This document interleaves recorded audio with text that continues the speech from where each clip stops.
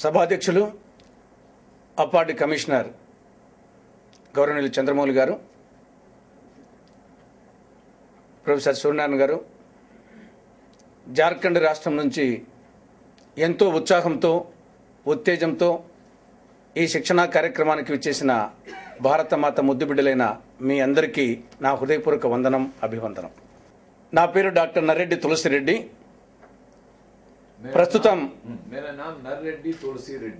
ప్రస్తుతం 20 సూత్రాల ఆర్థిక కార్యక్రమం చైర్మన్గా కేబినెట్ ర్యాంక్లో ఉన్నాను. ఈ 20 సూత్రాల కార్యక్రమం అనేది 1975లో స్వర్గీయ శ్రీమతి ఇందిరాగాంధీ గారు దారిద్ర్య నిర్మూలన, సామాన్య మానవుల జీవన ప్రమాణాల పెంపు అనే ద్విముఖ లక్ష్యాలతో 37 సంవత్సరాల క్రితం స్వర్గీయ శ్రీమతి ఇందిరాగాంధీ గారు ఆవిష్కరించినటువంటి కార్యక్రమం 20 సూత్రాల కార్యక్రమం. ఇది వారి మానస పుత్రిక. దీనికంటే ముందు నేను 1988 నుంచి 1994 వరకు రాజ్యసభ మెంబర్గా, 1995 నుంచి 2000 సంవత్సరం వరకు కడప జిల్లా పరిషత్ చైర్మన్గా ఉన్నాను. 73వ రాజ్యాంగ సవరణ వచ్చిన తర్వాత మొట్టమొదటిసారిగా ఆంధ్రప్రదేశ్లో జరిగినటువంటి జిల్లా పరిషత్ ఎన్నికల్లో నేను మొట్టమొదటి చైర్మన్గా కడప జిల్లా నుండి ఎన్నిక కావడం జరిగింది. మనకు 3 రకాల ప్రభుత్వాలు. ఒకటేమో కేంద్ర ప్రభుత్వం, రెండవదేమో రాష్ట్ర ప్రభుత్వం, మూడవదేమో స్థానిక ప్రభుత్వాలు.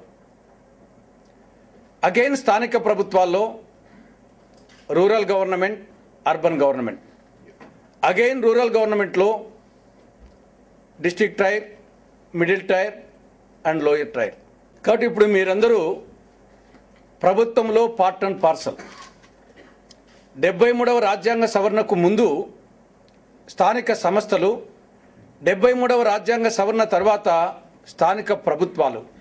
కాబట్టి ఈనాడు కేంద్ర ప్రభుత్వానికి, రాష్ట్ర ప్రభుత్వానికి ఎలాంటి రాజ్యాంగ ప్రతిపత్తి ఉందో స్థానిక ప్రభుత్వాలకు అలాంటి రాజ్యాంగ ప్రతిపత్తి ఉంది. 73వ రాజ్యాంగ సవరణకు ముందు స్థానిక సంస్థలు, స్థానిక గవర్నమెంట్స్ కాదు. కాబట్టి ఇప్పుడు మీరందరూ ప్రభుత్వంలో పార్ట్ అండ్ పార్సల్. కేంద్ర ప్రభుత్వంలో ప్రధానమంత్రి మొదలుకొని ప్రధానమంత్రికి కానీ ఎంపీలకు కానీ ఎలాంటి రాజ్యాంగ ప్రతిపత్తి ఉందో, రాష్ట్ర ప్రభుత్వాల్లో ముఖ్యమంత్రికి, ఎమ్మెల్యేలకు, మంత్రులకు ఎలాంటి రాజ్యాంగ ప్రతిపత్తి ఉందో మీకందరికీ అలాంటి రాజ్యాంగ ప్రతిపత్తి హోదా ఉంది మీ అందరికీ. మనకు స్థానిక ప్రభుత్వాలకు సంబంధించి ఒక 3 ప్రత్యేకతలు. ఒకటి అతి ప్రాచీనమైంది, రెండవది అతి ప్రాముఖ్యమైంది, మూడవది రాజ్యాంగ ప్రతిపత్తి కలిగింది. ఎందుకు అతి ప్రాచీనమైనది అంటే ఇది ఈనాటిది కాదు. వేదకాలం నుంచి దాదాపు 5000 సంవత్సరాల కాలం నుండి ఏదో ఒక రూపంలో ఈ యొక్క స్థానిక ప్రభుత్వాల స్థానిక సంస్థల వ్యవస్థ అనేది మన దేశంలో అమలవుతూ ఉంది. వేదకాలం నుండి. దాని తర్వాత చక్రవర్తులు, రాజులు వచ్చారు. అటు తర్వాత ఆంగ్లేయుల పరిపాలన వచ్చినప్పటికీ మనకు స్వాతంత్రం వచ్చి భారత రాజ్యాంగం అమలులోకి వచ్చినంత వరకు ఏదో ఒక రూపంలో ఈ యొక్క పంచాయతీరాజ్ వ్యవస్థ అనేది అనాదిగా మన దేశంలో అది కొనసాగుతూనే ఉంది. రాజులు మారిపోయి ఉండొచ్చు, చక్రవర్తులు మారిపోయి ఉండొచ్చు, సామ్రాజ్యాలు మారిపోయి ఉండొచ్చు, సామ్రాజ్యాలు కాలగర్భంలో కలిసిపోయి ఉండొచ్చు కొన్ని సామ్రాజ్యాలు. కానీ పంచాయతీరాజ్ వ్యవస్థ అనేది ఇంటాక్ట్గా వేదకాలం నుండి నేటి వరకు ఇంటాక్ట్గా ఉంది. ఆంగ్లేయులు మన దేశంలోకి వచ్చినప్పటికీ మన దేశంలో పంచాయతీరాజ్ వ్యవస్థ చాలా పటిష్టంగా ఉంది. కాబట్టి చార్లెస్ మెట్కాఫ్ అనే బ్రిటిష్ గవర్నర్ జనరల్ భారతదేశంలో ప్రతి పంచాయతీ ఒక లిటిల్ రిపబ్లిక్, ఏ విధంగా మన దేశాన్ని మనం వచ్చేసి రిపబ్లిక్గా చెప్పుకుంటామో భారతదేశంలో ప్రతి పంచాయతీ, ప్రతి విలేజ్ ఒక లిటిల్ రిపబ్లిక్ అని చెప్పేసి చార్లెస్ మెట్కాఫ్ వర్ణించడం జరిగింది. అంటే అంత పటిష్టంగా గ్రామ స్వరాజ్యము, స్వావలంబన, స్వయం పాలన అనేటి ఈనాడు మనం చెప్పుకుంటే ఈ 3 ఆ రోజుల్లో ఉన్నాయి. కాబట్టి Charles Metcalfe every village in India is a little republic అని చెప్పాడు. కాబట్టి పంచాయతీరాజ్ వ్యవస్థ ఇంత పటిష్టంగా ఉంటే ఎక్కడో సుదూర ప్రాంతాల్లో ఐరోపా ఖండంలోని లండన్ నుండి ఇంత సువిశాల దేశాన్ని పరిపాలించేది కష్టం. కాబట్టి ఈ పంచాయతీరాజ్ వ్యవస్థను దీన్ని క్రమేణా నిర్వీర్యం చేస్తే తప్ప భారతదేశాన్ని పరిపాలించలేము అనే ఒక ఉద్దేశంతో ఆంగ్లేయుల పాలనా కాలంలో ఈ యొక్క స్థానిక సంస్థలను పంచాయతీరాజ్ సంస్థను నిర్వీర్యం చేసేదానికి వాళ్ళు అన్ని ప్రయత్నాలు చేశారు. ఒకవైపు నిర్వీర్యం చేస్తా వాళ్ళు ప్రయత్నం చేస్తా అంటే మరొక వైపు అందుకు వ్యతిరేకంగా ప్రజా వ్యతిరేకత ఎప్పటికప్పుడు ప్రజా వ్యతిరేకత రావడం, ఆ వ్యతిరేకతను తగ్గించే దానికోసం రకరకాల ప్రయత్నాలు చేయడం బ్రిటిష్ గవర్నమెంట్ చేయడం జరిగింది. ఆ నేపథ్యంలోనే 1885లో లోకల్ బాడీస్ యాక్ట్ రావడం జరిగింది. 1885లో లోకల్ బాడీస్ యాక్ట్. దాని తర్వాత 1909లో రాయల్ కమిషన్ రిపోర్ట్ 1909లో. దాని తర్వాత 1919లో మాంటేగు చెమ్స్ఫర్డ్ సంస్కరణలు. 1920లో Madras Bombay local bodies act. 1935లో పంజాబ్ లోకల్ బాడీస్ యాక్ట్. అంటే ఎక్కడికక్కడ వాళ్ళు నిర్వీర్యం చేయాలని ప్రయత్నం చేస్తూ ఉంటే ప్రజా వ్యతిరేకత రావడం, ఆ ప్రజా వ్యతిరేకతను తగ్గించుకునే దానికోసం రకరకాల ప్రయోగాలు చేయడం, ఏదో చేసినామని చెప్పుకునే దానికి ఈ విధంగా ఈ నేపథ్యంలో ఇన్ని రకాల చట్టాలు రావడం జరిగింది. ఈ నేపథ్యంలో ఒకవైపు ఇలా సాగుతూ ఉంటే అఖిల భారత కాంగ్రెస్ కమిటీ మీటింగ్ 1909లో 24వ ఏఐసిసి మీటింగ్ అప్పుడు లాహోర్లో భారతదేశం, పాకిస్తాన్, బంగ్లాదేశ్ కలిసి ఉన్నప్పుడు లాహోర్లో మదన్ మోహన్ మాలవీయ గారి అధ్యక్షతన ఆ మీటింగ్లో ఫస్ట్ టైం స్థానిక సంస్థలకు ఎన్నికలు జరపాలి, స్థానిక సంస్థలకు పవర్స్ ఇవ్వాలని చెప్పేసి 1909లో లాహోర్లో మదన్ మోహన్ మాలవీయ గారి అధ్యక్షునటువంటి ఆ మీటింగ్లో తీర్మానం చేయడం జరిగింది. దాని తర్వాత పూజ్య బాపూజీ గాంధీజీ గారి నాయకత్వంలో ఆయన ఒకవైపు గ్రామ స్వరాజ్యం, ఒకవైపు దేశ స్వరాజ్యం అంటూనే మరొక వైపు గ్రామ స్వరాజ్యం, ఈ రెండిటికి ఆయన కృషి చేయడం జరిగింది. దేశ స్వరాజ్యము, గ్రామ స్వరాజ్యము, ఈ యొక్క ద్వంద్వ నినాదాలతో మహాత్ముడు ముందుకు పోవడం జరిగింది. దాని తర్వాత భారత రాజ్యాంగంలో మనము స్వాతంత్రం వచ్చిన తర్వాత రాజ్యాంగం రాసుకునేటప్పుడు ఆర్టికల్ 40లో ప్రత్యేకించి స్థానిక సంస్థల గురించి ప్రస్తావించడం జరిగింది. ఆర్టికల్ 40. దాని తర్వాత మనం పరిణామ క్రమాన్ని ఒక్కసారి చూస్తే నెహ్రూ గారు ప్రధానమంత్రిగా ఉన్నప్పుడు 1952లో first time community development blocks ఏర్పాటు చేయడం జరిగింది. నెహ్రూ గారి హయాంలో ఫస్ట్ టైం 1952లో కమ్యూనిటీ డెవలప్మెంట్ బ్లాక్స్ ఏర్పాటు చేయడం జరిగింది. ఈ కమ్యూనిటీ డెవలప్మెంట్ బ్లాక్స్ దీనివల్ల మెరిట్స్, డిమెరిట్స్ ఏమున్నాయి అని స్టడీ చేసేదానికోసం 1957లో బల్వంతరాయ్ మెహతా అధ్యక్షతన ఒక కమిటీని ఏర్పాటు చేయడం జరిగింది. వారు దేశవ్యాప్తంగా తిరిగి 1959లో ఒక రిపోర్ట్ సబ్మిట్ చేశారు. ఆ రిపోర్టులో మూడంచెల పంచాయతీరాజ్ వ్యవస్థను భారతదేశంలో అమలు చేయాలని చెప్పేసి 1959లో బల్వంతరాయ్ మెహతా గారు నివేదిక ఇవ్వడం జరిగింది. బల్వంతరాయ్ మెహతా కమిటీ నివేదిక మేరకు దేశంలో మూడంచెల పంచాయతీరాజ్ వ్యవస్థ రావడం, మొట్టమొదటిసారిగా రాజస్థాన్లో ఎన్నికలు జరపడం, తర్వాత ఆంధ్రప్రదేశ్ రెండవ రాష్ట్రంగా ఈ మూడంచెల పంచాయతీరాజ్ వ్యవస్థను అమలు చేయడం జరిగింది. అగైన్ 1977లో అశోక్ మెహతా కమిటీ అధ్యక్షతన ఇంకొక కమిటీని వేయడం జరిగింది. దీన్ని మరింత మెరుగుపరచడానికి అవకాశం ఉంటుందేమో చూడమని 1977లో అశోక్ మెహతా కమిటీని ఏర్పాటు చేస్తే ఆ కమిటీ ఈ మూడంచెల పంచాయతీరాజ్ వ్యవస్థ స్థానంలో రెండంచెల పంచాయతీరాజ్ వ్యవస్థ ఏర్పాటు చేస్తే బాగుంటుందని చెప్పేసి వారు రికమెండ్ చేయడం జరిగింది. కానీ ఇంప్లిమెంటేషన్కు రాలేదు. ఎప్పటికప్పుడు మరింత సమర్థవంతంగా, మరింత పటిష్టవంతంగా, మరింత ప్రయోజనకారిగా చేసేదానికోసం రకరకాల కమిటీలు ఏర్పాటు చేయడం జరిగింది. ఆ నేపథ్యంలో 1979లో జీబీకే రావు కమిటీ, 1986లో ఎల్ఎం సింఘ్వి కమిటీ, ఈ ఎల్ఎం సింఘ్వి కమిటీ 1986లో మొట్టమొదటిసారి ఈ యొక్క స్థానిక సంస్థలకు రాజ్యాంగ ప్రతిపత్తి హోదా కల్పించాలని చెప్పేసి మొట్టమొదటిసారి రికమెండ్ చేసింది 1986లో LM Singhvi committee. 1988లో Thungon committee వేయడం జరిగింది. తుంగన్ కమిటీ కూడా రాజ్యాంగ ప్రతిపత్తి కావాలని చెప్పేసి చెప్పడం జరిగింది. 1989లో విఎన్ గాడ్గిల్ కమిటీ వేయడం జరిగింది. విఎన్ గాడ్గిల్ కమిటీ మొట్టమొదటిసారి మహిళలకు వచ్చేసి రిజర్వేషన్స్ కల్పించాలి స్థానిక ప్రభుత్వాల్లో అని మొట్టమొదటిసారి ప్రపోజల్ పెట్టింది, రికమెండ్ చేసింది 1989లో విఎన్ గాడ్గిల్ కమిటీ. దాని తర్వాత జరిగిన పరిణామ క్రమం చాలా ఇంట్రెస్ట్గా ఉంటుంది. విఎన్ గాడ్గిల్ నివేదిక ఇచ్చిన తర్వాత 1989లో రాజీవ్ గాంధీ గారు ప్రైమ్ మినిస్టర్గా ఉన్నారు. నేను కూడా అప్పుడు రాజ్యసభలో ఉన్నాను. నేను 88, 94 రాజ్యసభ మెంబర్గా ఉన్నాను. అప్పుడు రాజీవ్ గాంధీ గారు ప్రైమ్ మినిస్టర్గా ఉన్నారు. 1989లో 64వ రాజ్యాంగ సవరణ ద్వారా ఈ యొక్క స్థానిక సంస్థలకు రాజ్యాంగ ప్రతిపత్తి కల్పించాలని చెప్పేసి 64 రాజ్యాంగ సవరణను పార్లమెంట్లో ప్రవేశపెట్టడం జరిగింది. కానీ రాజ్యసభ తిరస్కరించడం జరిగింది. మళ్ళా 1990లో మళ్ళా లోక్సభలో ప్రవేశపెట్టారు. కానీ ఆ ప్రవేశపెట్టిన కొద్ది రోజులకే లోక్సభ రద్దు అయిపోయింది, పార్లమెంట్ రద్దు అయిపోయింది. మళ్ళా 1991లో 72వ రాజ్యాంగ సవరణ ద్వారా మళ్ళా అగైన్ పార్లమెంట్లో ప్రవేశపెడితే దానిని జాయింట్ పార్లమెంటరీ కమిటీకి సబ్మిట్ చేయడం జరిగింది 1991లో. 1992లో చివరిసారిగా 73వ రాజ్యాంగ సవరణ అనేక పురిటి నొప్పుల తర్వాత ఇది పాస్ కావడం జరిగింది. 1992 డిసెంబర్ 22వ తారీఖున లోక్సభలో పాస్ అయింది. 1992 డిసెంబర్ 22. మరుసటి రోజు 1992 డిసెంబర్ 23న రాజ్యసభలో పాస్ అయింది. అంతటితో సరిపోలేదు, దీనికి మరలా 50% ఆఫ్ ద రాష్ట్ర అసెంబ్లీలో మళ్ళీ అప్రూవ్ చేయాలి. కాబట్టి మళ్ళీ అక్కడ లోక్సభలో రాజ్యసభలో పాస్ అయిన తర్వాత మళ్ళా వివిధ రాష్ట్ర అసెంబ్లీలకు పంపించారు. 17 రాష్ట్ర అసెంబ్లీలు దీన్ని మళ్ళా పాస్ చేయడం జరిగింది. చివరికి 1993 ఏప్రిల్ 20 తారీఖున నాటి ప్రెసిడెంట్ శంకర్ దయాళ్ శర్మ గారు సంతకం చేయడం జరిగింది. 1993 ఏప్రిల్ 24 నుంచి గజెట్లో ప్రచురించడం అమల్లోకి రావడం జరిగింది. 1993 ఏప్రిల్ 24.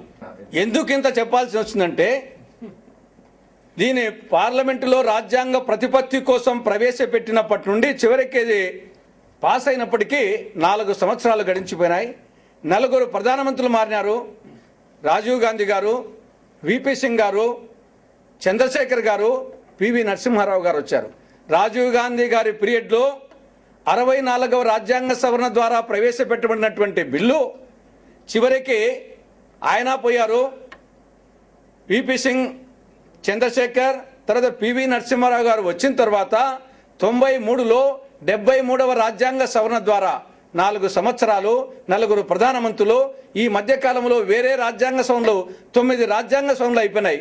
అంటే ఇన్ని పురిటి నొప్పులు పడిన తర్వాత ఈనాడు మీరున్నటువంటి ఈ యొక్క స్థానిక సంస్థల నుండి స్థానిక ప్రభుత్వాల హోదా వచ్చేదానికి ఇన్ని పురిటి నొప్పులు పడాల్సిన పరిస్థితి ఉంది. దాన్ని అర్థం చేసుకుంటే మనము మన యొక్క ఎటువంటి పరిస్థితుల్లో ఈరోజు మనం ఈ పొజిషన్లో ఉన్నామో అనేది మనం తెలుసుకుంటే, అప్పుడు మన యొక్క వంశవృక్షాన్ని గురించి తెలుసుకుంటే మనకు ఏ విధంగా వచ్చేసి ఒక విధమైనటువంటి గర్వకారణంగా ఉంటుందో అందుకోసం ఇంత వివరంగా చెప్పాల్సి వచ్చింది. The main objective of enacting this constitution act is to improve the participation are established at different levels. The quality of implementation of programs will be substantially improved. State governments will devolve adequate functions, finances and powers to ensure better implementation of various developmental programs. కాబట్టి ఇక్కడ మీరు సమర్థవంతంగా పనిచేయాలన్నా, ఈ సంస్థలు సమర్థవంతంగా ప్రజలకు ఉపయోగపడాలన్నా ఇక్కడ 3 F's. 1 functions, 2 funds, 3 functionaries. ఈ 3 F'లు ఉన్నప్పుడే వారు ఆశించినటువంటి గాంధీజీ ఆశించిన గ్రామ స్వరాజ్యము, స్వావలంబన, స్వయం పాలన కానీ 73వ రాజ్యాంగ సవరణ ద్వారా రాజీవ్ గాంధీ గారు కానీ, పివి నరసింహారావు గారు కానీ, మిగతా వారు ఆశించినటువంటి ఆ లక్ష్యాలు నెరవేరాలంటే ఈ 3 F'లు కావాలి. ఫంక్షన్స్ కావాలి, ఫండ్స్ కావాలి, ఫంక్షనరీస్ మీద ఆధిపత్యం కావాలి. కాబట్టి అందుకోసం ఫంక్షన్స్కు సంబంధించి స్పష్టంగా ఏ విధంగా భారత రాజ్యాంగంలో కేంద్ర ప్రభుత్వానికి, రాష్ట్ర ప్రభుత్వాలకు బాధ్యతలు, హక్కులు ఇచ్చారో, union list, state list, concurrent list అని ఏ విధంగా భారత రాజ్యాంగంలో కేంద్ర ప్రభుత్వానికి, రాష్ట్ర ప్రభుత్వానికి ఇచ్చారు, అదేవిధంగా స్థానిక ప్రభుత్వాలకు సంబంధించి, రూరల్ గవర్నమెంట్స్కి సంబంధించి 11th షెడ్యూల్ ద్వారా, అర్బన్ బాడీకి సంబంధించి 12th షెడ్యూల్ ద్వారా భారత రాజ్యాంగంలో మన విధులు ఇవ్వడం జరిగింది. భారత రాజ్యాంగంలో ఆర్టికల్ 246 ప్రకారం 7th షెడ్యూల్లో యూనియన్ లిస్ట్ కింద 97 ఉన్నాయి. Union list. స్టేట్ లిస్ట్ కింద 66 ఉన్నాయి. కాంకరెంట్ లిస్ట్ కింద 47. కాబట్టి భారత రాజ్యాంగంలో ఆర్టికల్ 246 ప్రకారము 7th షెడ్యూల్కు సంబంధించి దాంట్లో యూనియన్ లిస్ట్ కింద 97, స్టేట్ లిస్ట్ కింద 66, కాంకరెంట్ లిస్ట్ కింద 47. ఇవి మీ బాధ్యతలు.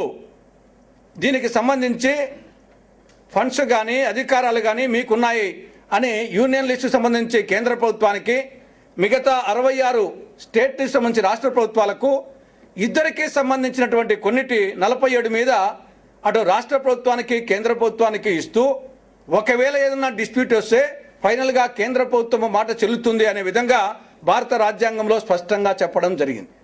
అదే రాజ్యాంగంలో కేంద్ర ప్రభుత్వానికి రాష్ట్ర ప్రభుత్వానికి ఇచ్చినటువంటి రాజ్యాంగమే స్థానిక ప్రభుత్వాలకు కూడా 243G ప్రకారం, ఆర్టికల్ 243G ప్రకారం రూరల్ గవర్నమెంట్స్ అంటే జిల్లా పరిషత్తులు, ఇంటర్మీడియట్ బాడీ, గ్రామ పంచాయతీలకు 29 ఐటమ్స్ వాళ్ళకి ఏ విధంగా ఇచ్చారో అదేవిధంగా 243G ప్రకారం 29 సబ్జెక్ట్స్ మీద స్థానిక ప్రభుత్వాల్లో రూరల్ ప్రభుత్వాలకు, 12th షెడ్యూల్ ప్రకారం అర్బన్ బాడీస్కు 18 సబ్జెక్ట్స్ సంబంధించి అదే రాజ్యాంగంలో స్పష్టంగా చెప్పడం జరిగింది. కానీ వచ్చిన ఇబ్బందులు ఎక్కడంటే, subject to the provisions of this constitution, the legislature of a state may by law endow the panchayats with such powers and authority as may be necessary to enable them to function as institutions of self-government, and such law may contain provisions for the devolution of powers and responsibilities upon panchayats at the appropriate level, subject to the conditions as may be specified therein with respect to. రాజ్యాంగంలో చెప్పినప్పటికీ దీంట్లో 73వ రాజ్యాంగ సవరణలో ఆ 29 అంశాలకు సంబంధించినటువంటి పవర్స్ను రాష్ట్ర ప్రభుత్వాలకు ఇవ్వమని చెప్పింది. దాంతో మొత్తం సమస్యల్లా ఉత్పన్నమైంది. సరే, ఏది ఏమైనప్పటికీ ఏదో ఒక రోజు ఈ 29 అంశాలకు సంబంధించి ఇవ్వక తప్పదు. ఏ రాష్ట్రంలో అయినా సరే, ఏ రాష్ట్ర ప్రభుత్వం సరే ఎప్పుడోసారి ఇవ్వక తప్పదు. ఆ విధంగా చూస్తే ఈ 29 అంశాలకు సంబంధించి చాలా ఇంపార్టెంట్ అంశాలు ఉన్నాయి. దీంట్లో అగ్రికల్చర్, తర్వాత land improvement, minor irrigation, animal husbandry, fisheries, social forestry, minor forest produce, small scale industries, rural housing, drinking water, roads, rural electrification, non conventional energy resources, poverty alleviation programmes, education, libraries, cultural activities, health, women and child development, social welfare, welfare of the weaker sections, public distribution system. Almost మనము నిత్య జీవితంలో మనకు ఏవైతే ప్రజాప్రతినిధికి సమస్యలు వస్తాయో, అటు వ్యక్తిగత సమస్యలు కానీ, అటు కుటుంబ సమస్యలు కానీ, అటు సామాజిక సమస్యలు కానీ, ఏ సమస్యలు అయితే ఒక ప్రజాప్రతినిధిగా మనము పబ్లిక్లోకి పోయినప్పుడు వస్తాయో ఆ సమస్యల పరిష్కారానికి సంబంధించినటువంటి అన్ని అంశాలకు సంబంధించినటువంటి అంశాలను మనకు రాజ్యాంగం 11th షెడ్యూల్లో ఇవ్వడం జరిగింది. కానీ రాష్ట్ర ప్రభుత్వాలు దాని ఇంకా కొన్ని రాష్ట్రాల్లో కొన్ని ఇస్తున్నారు, కొన్ని ఇవ్వలేదు. కానీ ఏదో ఒక రోజుకు ఇవ్వక తప్పదు. కాబట్టి ఫంక్షన్స్ యాజ్ ఆన్ టుడే మీకు చాలా ఫంక్షన్స్ లేకపోవచ్చు. కానీ ఇది రాబో రోజుల్లో ఒకవేళ మనకి ఇమీడియట్గా మనకే కొన్ని రాకపోవచ్చు, కొన్ని రాబో తరాల వారికి ఖచ్చితంగా వస్తాయి. Next coming to funds. Functions okay ఉన్నాయి, ఇంకా ఫండ్స్ కావాలి కదా. ఫండ్స్కు సంబంధించి దీంట్లో మనం అనేక విధాలుగా ఆలోచించాల్సిన అవసరం ఉంది. మనకు లోకల్ బాడీస్కి సంబంధించి ఓన్ ట్యాక్సెస్ కొన్ని ఉండొచ్చు, అపోర్షన్ ట్యాక్సెస్ కొన్ని ఉండొచ్చు, గ్రాంట్స్ కొన్ని ఉంటాయి. కాబట్టి మనకు ఇప్పుడున్న పరిస్థితుల్లో ఒక్కొక్క రాష్ట్రంలో ఒక్కొక్క విధంగా ఇప్పుడు పర్ క్యాపిటా గ్రాంట్ ఉంది. మరి కొన్ని రాష్ట్రాల్లో పర్ క్యాపిటా గ్రాంట్ కొంత ఎక్కువ ఉండొచ్చు, తక్కువ ఉండొచ్చు. కాబట్టి పర్ క్యాపిటా గ్రాంట్ ఒకటి. తర్వాత 73వ రాజ్యాంగ సవరణలో ప్రధానంగా 5 అంశాలు స్పృశించడం జరిగింది. ఒకటి, స్టేట్ ఫైనాన్స్ కమిషన్ ఖచ్చితంగా ఏర్పాటు చేయాలి. స్టేట్ ఎలక్షన్ కమిషన్ ఖచ్చితంగా ఏర్పాటు చేయాలి. 5 సంవత్సరాలకు ఒకసారి లోపలనే ఖచ్చితంగా ఎన్నికలు జరపాలి. మహిళలకు 33.33% ఖచ్చితంగా రిజర్వేషన్స్ ఉండాలి. గ్రామ సభ ఏర్పాటు కావాలి. కాబట్టి 73వ రాజ్యాంగ సవరణలో ప్రధానమైనటువంటి అంశాలు 5. ఒకటి, గ్రామ సభ. ఏ విధంగా భారతదేశానికి పార్లమెంట్ ఎంతో, గ్రామ సభ వచ్చేసేసి స్థానిక ప్రభుత్వాలు గ్రామ సభ అలాంటిది. కాబట్టి గ్రామ సభ అంత ఇంపార్టెన్స్ ఇవ్వడం జరిగింది. దాని తర్వాత మహిళా రిజర్వేషన్స్ మినిమం 33.33%. దాని తర్వాత మూడవది, ఖచ్చితంగా ఏ విధంగా కేంద్ర ప్రభుత్వ పార్లమెంటుకు అసెంబ్లీలకు 5 సంవత్సరాల లోపలనే ఎన్నికలు జరుపుతున్నామో ఆ విధంగా వీటికి కూడా జరపాలి. నాలుగవది, స్టేట్ ఎలక్షన్ కమిషన్ ఏర్పాటు చేయాలి. స్టేట్ ఫైనాన్స్ కమిషన్ ఏర్పాటు చేయాలి. ఈ 5 73వ రాజ్యాంగ సభలో ప్రధానమైనటువంటి అంశాలు. కాబట్టి ఇక్కడ ఫండ్స్కు సంబంధించి స్టేట్ ఫైనాన్స్ కమిషన్ అనేది ఒకటి ఏర్పాటు చేయడం, ఆ స్టేట్ ఫైనాన్స్ కమిషన్ ఏ విధంగా స్థానిక ప్రభుత్వాలకు ఫండ్స్ ఇవ్వాలని చెప్పేసి వాళ్ళు ఎప్పటికప్పుడు రికమెండ్ చేయడం జరుగుతుంది. కానీ కొన్ని రాష్ట్ర ప్రభుత్వాలు దాన్ని కూడా ఇంప్లిమెంట్ చేయడం లేదు. సెంట్రల్ ఫైనాన్స్ కమిషన్ చాలా మటుకు కేంద్ర ప్రభుత్వము యాజ్ ఇట్ ఈజ్గా ఇంప్లిమెంట్ చేస్తున్నాయి. కానీ స్టేట్ ఫైనాన్స్ కమిషన్ రికమెండేషన్స్ను యూజువల్గా రాష్ట్ర ప్రభుత్వాలు యాజ్ ఇట్ ఈజ్గా ఇంప్లిమెంట్ చేయడం లేదు యాజ్ ఆన్ టుడే. కానీ రాబో రోజుల్లో అందులో మార్పు వస్తుంది. కాబట్టి ప్రధానంగా ఫండ్స్కి సంబంధించి లోకల్ బాడీస్ వాళ్ళు ట్యాక్సెస్ రూపంలో చేసుకునే ఫండ్స్ కొన్ని ఉంటాయి, కొన్ని అపోర్చునేట్, ఇప్పుడు సీనరేసెస్ కానీ మిగతా స్టాంప్ డ్యూటీ కానీ ఇటువంటి కొంత అపోర్చునేట్ వచ్చేటి కొన్ని ఉంటాయి, కొన్ని గ్రాంట్స్ రూపంలో ఉంటాయి. కాబట్టి ఓవరాల్గా ప్రస్తుతానికి మనం ఈ మూడింటిని సమన్వయం చేసుకుంటూ ముందుకు పోవాల్సిన అవసరం ఉంది. ఇది కాక మనకు ఎంపీ లాట్స్, మెంబర్ ఆఫ్ పార్లమెంట్స్కి వచ్చేసి ఎంపీ లాట్స్ స్కీమ్ ఉంటుంది. కొన్ని రాష్ట్రాల్లో assembly constituency development fund, MLA fund, మరి జార్ఖండ్ రాష్ట్రంలో ఉందో లేదో నాకు తెలియదు. ఇక్కడ ఈ రాష్ట్రంలో ఎమ్మెల్యే ఫండ్, ఏసీడీపీ ఫండ్స్ ఉంటాయి. తర్వాత మనకు ఉపాధి హామీ పథకం, ఎన్ఆర్ఈసీ ప్రోగ్రామ్ మనకు వచ్చేసి ఒకటి ఉంది. నాలుగవది ఎన్ఆర్ఐ ఫండ్స్.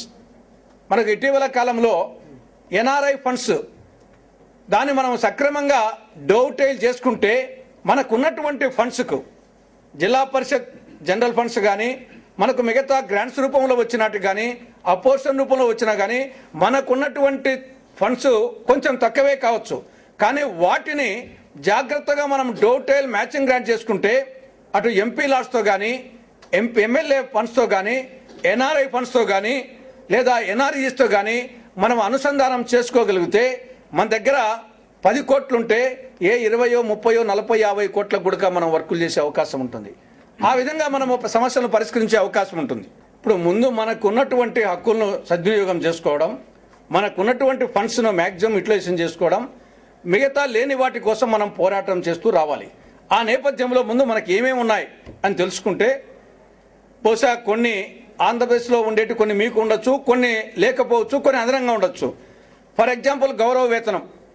ఆంధ్రప్రదేశ్లో ఈ యొక్క స్థానిక ప్రభుత్వాల్లో ఉండే ప్రజాప్రతినిధులకు గౌరవ వేతనం ఏ విధంగా ఉంది నాకు తెలిసినంత వరకు యాజ్ ఆన్ టుడే జెడ్పీ చైర్పర్సన్స్కు నెలకు 7,500 రూపాయలు, జెడ్పీటీసీ సభ్యులకు 2,250 రూపాయలు, మండల పరిషత్ అధ్యక్షులకు 1,500, ఎంపీటీసీలకు 750, సర్పంచులకు మేజర్ పంచాయతీలో 1,500 రూపాయలు, మైనర్ పంచాయతీలో 1000 రూపాయలు గౌరవ వేతనం నాకు తెలిసినంత వరకు యాజ్ ఆన్ టుడే ఉండాలి. So ZP chairman 7,500, ZPTC 2,250, MPP middle tier president 1,500, MPTC middle tier territorial 750, sarpanch major panchayat sarpanch 1,500, minor panchayat sarpanch 1,000 rupees per month. Next coming to protocol. ఎందుకంటే ప్రతి మానవుడు గౌరవం కోసమే జనరల్గా ఉంటుంది. కాబట్టి మనం కూడా ప్రజాప్రతినిధి తర్వాత మన ప్రోటోకాల్ ఏమనేది కూడా మనం తెలుసుకోవాలి. చాలా సందర్భాల్లో ఈ సమస్య ఉత్పన్నమవుతుంటుంది. ఇది చాలామందికి అధికారులకు కూడా, జిల్లా స్థాయిలో ఉండే అధికారులకు కూడా చాలా సందర్భాల్లో ప్రోటోకాల్ తెలియని నేపథ్యంలో కొన్ని ఇబ్బందులు జరుగుతూ ఉంటాయి. ప్రోటోకాల్కు సంబంధించి భారత ప్రభుత్వం ఇచ్చినటువంటి ప్రోటోకాల్లో 31 ఆర్టికల్స్ ఉంటాయి. 31 ఆర్టికల్స్లో భారత ప్రెసిడెంట్ నంబర్ 1, ఉపరాష్ట్రపతి number 2, prime minister number 3, Lok Sabha speaker number 4. ఈ లోపల వచ్చేసి ఆ ర్యాంకులో కొంత జడ్జెస్ కూడా ఉంటారు, సుప్రీంకోర్టు చీఫ్ జస్టిస్. ఆ విధంగా మొత్తం 31 ఆర్టికల్స్లో మన పొజిషన్ ఎక్కడ, జిల్లా పరిషత్ చైర్మన్స్ అధ్యక్షుల పొజిషన్ ఎక్కడ అని తీసుకుంటే ఆర్టికల్ 18, ఆంధ్రప్రదేశ్లో ఆర్టికల్ 18, మొత్తం 31 ఆర్టికల్స్లో ఆర్టికల్ 18లో జెడ్పీ చైర్పర్సన్ పొజిషన్ ఉంది. అదే ఆర్టికల్లో జెడ్పీ చైర్పర్సన్ తర్వాత minister of state in the states. Ministers 3 రకాలు తీసుకుంటే cabinet minister, state minister, deputy minister. కొన్ని రాష్ట్రాల్లో అందరూ క్యాబినెట్ మినిస్టర్సే ఉండొచ్చు, కొన్ని రాష్ట్రాల్లో క్యాబినెట్ మినిస్టర్, స్టేట్ మినిస్టర్ ఉండొచ్చు, కొన్ని రాష్ట్రాల్లో cabinet minister, state minister, deputy minister, ఈ 3 రకాల మినిస్టర్ పోస్టులు ఉంటాయి. ఇక్కడ స్టేట్ గవర్నమెంట్కు సంబంధించి ఆర్టికల్ 18లో అటు జెడ్పీ చైర్పర్సన్ ఆర్టికల్ 18లో ఉంటాడు, minister of state in the states కూడా ఆర్టికల్ 18లో ఉంటాడు. కానీ ఒక స్టేజ్ మీదకి పిలిచేటప్పుడు ముందు వచ్చేసి జెడ్పీ చైర్మన్నే పిలవాల్సి, అది క్యాబినెట్ మినిస్టరు దాని ముందు ఎక్కువ ఉంటాడు. Minister of state in the states same ఆర్టికల్లో ఉన్నప్పటికీ ఆ ఆర్టికల్లో కూడా జెడ్పీ చైర్పర్సన్ పైన ఉంటాడు. ఆర్టికల్ 18లో మీరున్నారు, ఆర్టికల్ 19లో deputy minister of state, article 19లో మీకంటే కింద వస్తారు deputy minister in the state. Article 21లో ఎంపీస్, ఎమ్మెల్యేస్. ఆర్టికల్ 21 మీరేమో ఆర్టికల్ 18, ఆర్టికల్ 21లో ఎంపీస్, ఎమ్మెల్యేస్. ఆర్టికల్ 23లో చీఫ్ సెక్రటరీ, ఆర్టికल 23లో chief secretary the state. Article 23 में राष्ट्र के जो चीफ सेक्रेटरी हैं, जो चीफ मिनिस्टर के नीचे सब ऐसे अफसर के ऊपर जो होते हैं. आर्टिकल 25 लो DGP, article 25 DGP, article 27 district जजेस. समझ की बात है, डिस्ट्रिक्ट जजेस. Article 27, article 28 collectors, 28 district collector, district SP. Article 30 district DSP. हाँ, SP superintendent of police. SSP कहते हैं. आर्टिकल 30. एसपी 30 कलेक्टर साहब का. Then last article 31, the departmental heads in the district, all departments, agriculture, animal husbandry, the departmental heads in the district, they come under article 31. ఎందుకు ఇంత చెప్పాల్సి వస్తుంటే ఏదైనా guest house allot చేసేటప్పుడు చాలా ఇబ్బందులు వస్తాయి. జనరల్గా ఏమనుకుంటారంటే రాష్ట్ర ప్రభుత్వాలు జనరల్గా వచ్చేసి ఉంటాయి కాబట్టి వాళ్ళ ఇన్నాళ్ళు రాష్ట్ర ప్రభుత్వానికి సంబంధించి డైరెక్ట్గా వాళ్ళకి ఎమ్మెల్యేస్ ఎక్కువ అవసరం. కాబట్టి జిల్లా కలెక్టరు యాక్చువల్గా మీదేమో 18 ర్యాంకు, జిల్లా కలెక్టర్దేమో ఆర్టికల్ 28 ర్యాంకు. కానీ ఎంపీ ఎమ్మెల్యేస్ది కూడా మీకంటే ఆర్టికల్ 21 ర్యాంక్. ఒక గెస్ట్ హౌస్ వచ్చేసి ఆర్ఎన్బి గెస్ట్ హౌస్ ఇంకోటి బుక్ చేయాలంటే ఫస్ట్ వచ్చేసి మిమ్మల్ని పక్కన పెట్టి ఎమ్మెల్యేకో ఎంపీకో ఎమ్మెల్యే వచ్చినాడు ఎంపీ వచ్చినాడు అని చెప్పేసి ముందు మిమ్మల్ని ఆల్రెడీ ఉండే వాళ్ళని కూడా వెకేట్ చేసి మిమ్మల్ని పంపించేసి వాళ్ళకి అలాట్ చేసే సందర్భాలు కొన్ని ఉన్నాయి. కాబట్టి ముందు మన హక్కులేమో ముందు మనం తెలుసుకుంటే మనం 18th ఆర్టికల్లో ఉన్నామని చెప్పేసి మనం తెలుసుకుంటే ముందు ఒక ఆత్మవిశ్వాసంతో పనిచేయచ్చు. కాబట్టి నాలెడ్జ్ ఇస్ ద వెపన్. జై జవాన్ జై కిసాన్ అని ఒకనాడు, జై జవాన్ జై కిసాన్ జై విజ్ఞాన్ అనేది నేటి నినాదం. కాబట్టి ముందు మన హక్కులేమో మనం తెలుసుకుంటే ఆటోమేటిక్గా వచ్చేసి మిగతా అన్ని కంట్రోల్కి వస్తాయి. కొన్ని అధికారాలేమో మనకు డైరెక్ట్గా జెడ్పీ అధ్యక్ష, జిల్లా పరిషత్ అధ్యక్షుగా కొన్ని ఉంటాయి, కొన్ని ఇండైరెక్ట్గా ఉంటాయి. ఇండైరెక్ట్గా ఉండే దాంట్లో డిఆర్డిఏ అనేది ఇది చాలా ఇంపార్టెంట్ వచ్చేసి ఒక యంత్రాంగం, ఒక సంస్థ అన్నమాట. దీనికి మరి ఓవరాల్గా ఆల్ ఇండియా లెవెల్లో అలా ఉందో లేదో కొంచెం నేను స్టడీ చేయలేదు. కానీ ఆంధ్రప్రదేశ్కు సంబంధించి డిఆర్డిఏకు ZP chairperson is the chairperson, district collector is the executive chairman, PD DRDA member convener. డిఆర్డిఏకు జిల్లా పరిషత్ అధ్యక్షుడు చైర్మను, జిల్లా collector executive chairman, PDDRDA member convener. కాబట్టి DRDA chairman, zilla parishad chairman, DRDA chairman. కాబట్టి డిఆర్డిఏ ద్వారా వచ్చే మొత్తము ఆ యొక్క దాని కింద వచ్చేటన్ని ఖచ్చితంగా వచ్చేసి జిల్లా పరిషత్ చైర్మన్ ద్వారానే జరగాల్సి వస్తుంది. అంటే ఇండైరెక్ట్ కంట్రోల్. ఎందుకు డిఆర్డిఏ గురించి చెప్తున్నా అంటే డిఆర్డిఏ జీవోస్ ప్రకారము ప్రతి 3 నెలలకు కనీసం ఒకసారి మీటింగ్ పెట్టాలి, గవర్నింగ్ బాడీ. దానికి చైర్మన్ వచ్చేసి జిల్లా పరిషత్ చైర్మన్. కానీ అనేక జిల్లాల్లో 3 నెలలకు మీటింగ్లు పెట్టడం లేదు, దానివల్ల మొత్తం కంట్రోల్ రావడం లేదు. కాబట్టి చాలామందికి జిల్లా పరిషత్ చైర్మన్లకు మేము డిఆర్డిఏ చైర్మన్ అనేది కూడా తెలియని పరిస్థితుల్లో కొన్ని ఉన్నారు. తెలిసినప్పటికీ వచ్చేసి వాళ్ళు ఎప్పుడు బుద్ధి పడితే అప్పుడు మీటింగ్ పెడితే అప్పుడు 6 నెలలకో, సంవత్సరానికో, 2 నెలలకో, 3 నెలలకో పెట్టిన సందర్భాలు ఉన్నాయి. కొందరు చైర్మన్ల హయాంలో డిఆర్డిఏ మీటింగే జరగకుండా పోయిన సందర్భాలు ఉన్నాయి. కాబట్టి ముందు ప్రతి 3 నెలలకు కనీసం ఒకసారి మీటింగ్ పెట్టాలా. కాబట్టి ముందు మన హక్కును మనం ఉపయోగించుకున్నాం. 3 నెలలకు ఒకసారి మీటింగ్ పెట్టేటట్టుగా మీరు చేస్తే మొత్తం డిఆర్డిఏ యాక్టివిటీస్ అన్నీ ఆటోమేటిక్గా మనకు తెలుస్తాయి, ఏం జరిగే తెలుస్తుంది. అది ఇండైరెక్ట్గా మనకు వచ్చేసి అటు ప్రజలకు సేవ చేస్తాని కోసం అటు కంట్రోల్ వస్తుంది. కాబట్టి డిఆర్డిఏను మనము పూర్తిగా సద్వినియోగం చేసుకోవాలి. Next coming to DPC. రెండవది ఇండైరెక్ట్గా సరే ఆంధ్రప్రదేశ్కు సంబంధించి యాక్చువల్గా ఆర్టికల్ 243ZD ప్రకారం ప్రతి జిల్లాకు డిపిసిని ఏర్పాటు చేయాలి. డిపిసికి సంబంధించి ఆంధ్రప్రదేశ్లో ZP chairman is the chairman, డిపిసికి ZP chairman is the chairman, district collector member secretary. కాబట్టి ఆంధ్రప్రదేశ్లో డిపిసికి జిల్లా పరిషత్ చైర్మన్. కానీ మీ రాష్ట్రంలో నేను ఇంతకుముందు వారితో మాట్లాడినప్పుడు మినిస్టర్ వచ్చేసి చైర్మన్గా ఉన్నట్టు చెప్పారు. అది కొంత బాధాకరం. కాబట్టి అది రాబో రోజుల్లో డిపిసి చైర్మన్గా జిల్లా పరిషత్ అధ్యక్షుడు ఉండే విధంగా అది పోరాటం చేసుకుంటే ఖచ్చితంగా ఓవరాల్గా మిగతా పవర్స్ అన్నీ ఆటోమేటిక్గా వస్తాయి. ఇంకోటి నెక్స్ట్ మనకు ఉన్నటువంటి ప్రధానమైనటువంటి ఆయుధం BRGF, backward reason grant fund. That జార్ఖండ్లో వచ్చేసి నాకు తెలిసి 24 జిల్లాలకు గాను 23 జిల్లాల్లో BRGF ఇంప్లిమెంట్ అవుతుందని చెప్పారు. ఆంధ్రప్రదేశ్లో 13 అనుకుంటా. ఆంధ్రప్రదేశ్లో వచ్చేసి అవుట్ ఆఫ్ 23 డిస్ట్రిక్ట్స్ ఇక్కడ 13 జిల్లాల్లో మాత్రమే BRGF ఉంది. అక్కడ మీకు 24 జిల్లాలకు గాను 23 జిల్లాల్లో BRGF అని తెలిసింది.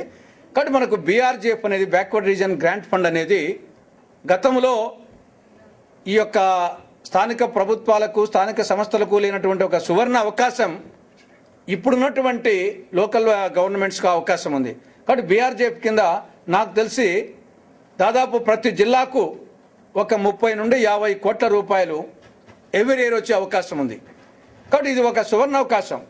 ఈ BRGFను మనము మిగతా వాటితో గైడ్లైన్స్ మేరకు అనుసంధానం చేసుకోగలిగితే అటు ఎంపీ లాట్స్కి కానీ అన్నిటి కొన్ని గైడ్లైన్స్ ప్రకారం ఉంటాయి. అటు ఎమ్మెల్యే నిధులకు కానీ NRI నిధులకు కానీ మిగతా వాటికి అనుసంధానం చేసుకోగలిగితే మనం ఈ 30 కోట్లనో 50 కోట్లనో మరింత విస్తరించుకొని మనం వచ్చేసి కార్యక్రమాలు చేసే అవకాశం ఉంటుంది. దీన్ని ఆ దృష్టిలో ఆలోచించాలి. మనకు ఇంకొక ఆయుధం, గతంలో లేనటువంటి ఆయుధం ఉపాధి హామీ పథకం. ఈరోజు ఉపాధి హామీ పథకం కింద మ్యాక్సిమం అన్ని డిపార్ట్మెంట్ కలిసి ఎంత డబ్బు ఉంటుందో ఒక ఉపాధి హామీ పథకం కిందనే అంత డబ్బులు ఈనాడు జిల్లాలో ఖర్చు పెట్టబడతా ఉంది.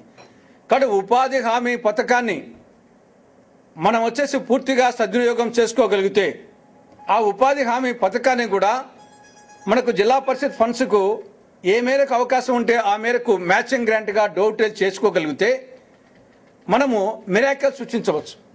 కాబట్టి ఉపాధి హామీ పథకాన్ని ఉపయోగించుకోవడం కూడా మనం దాన్ని ఎప్పుడూ నిరంతరము దాన్ని దృష్టిలో పెట్టుకోవాల్సిన అవసరం ఉంది. మిగతా మనం ఎన్ని చేస్తున్నా కానీ మనము సక్సెస్ఫుల్ ప్రజాపతిని అనిపించుకోవాలి. సక్సెస్ఫుల్ ప్రజాపతిని అనిపించుకోవాలి అంటే ఖచ్చితంగా మనము కొన్ని హ్యూమన్ రిలేషన్స్ మెయింటైన్ చేయాలి. నాకు ఇటీవల సెల్కి వచ్చేసి ఒక మెసేజ్ వచ్చింది. ఏమిటా message? A successful person has successful people always have 2 things on their lips. silence and smile. Smile is to solve the problem and silence is to avoid the problem. దీన్ని నేను అనేక చర్చా వేదికల్లో daily 2 or 3 TV programmes as Congress party spokesperson I used to go.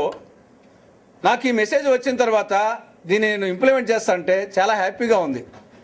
The second message I got, when there is a problem there is no use of tension, when there is no problem there is no need of tension, hence there is no scope for tension in anyone's life. When there is a problem there is no use of tension, when there is no problem there is no need of tension. Then one more message, the most valuable asset is not a head full of knowledge but a heart full of love, with an ear ready to listen and a hand willing to help. ఒకవైపు రాష్ట్ర ప్రభుత్వం, మంత్రులు, MPs, MLAs, మీ territorial members, తర్వాత మీ department జిల్లా పరిషత్ సంబంధించినటువంటి staff, మిగతా జిల్లాలో వివిధ డిపార్ట్మెంట్ స్టాఫ్లు, పబ్లిక్తో, కాబట్టి ఇంతమందితో అభినయం చేసే సందర్భంలో మనము ఆ పరిస్థితికి తగ్గట్టుగా మనం వచ్చేసి అడ్జస్ట్మెంట్ కావాల్సిన అవసరం ఉంటుంది. అడ్జస్ట్మెంట్ అంటే లొంగిపోవడం కాదు. పరిస్థితులకు ఎంపీస్తో మాట్లాడేటప్పుడు వాళ్ళ నుండి కొన్ని ఏ ఫండ్స్ తీసుకున్నాం, ఎమ్మెల్యే వాళ్ళ నుండి కొన్ని ఏ ఫండ్స్ రాబట్టుకోవచ్చు, ఆ విధంగా మనము ఆ యొక్క యాటిట్యూడ్తో ముందుకు పోవాల్సిన అవసరం ఉంది.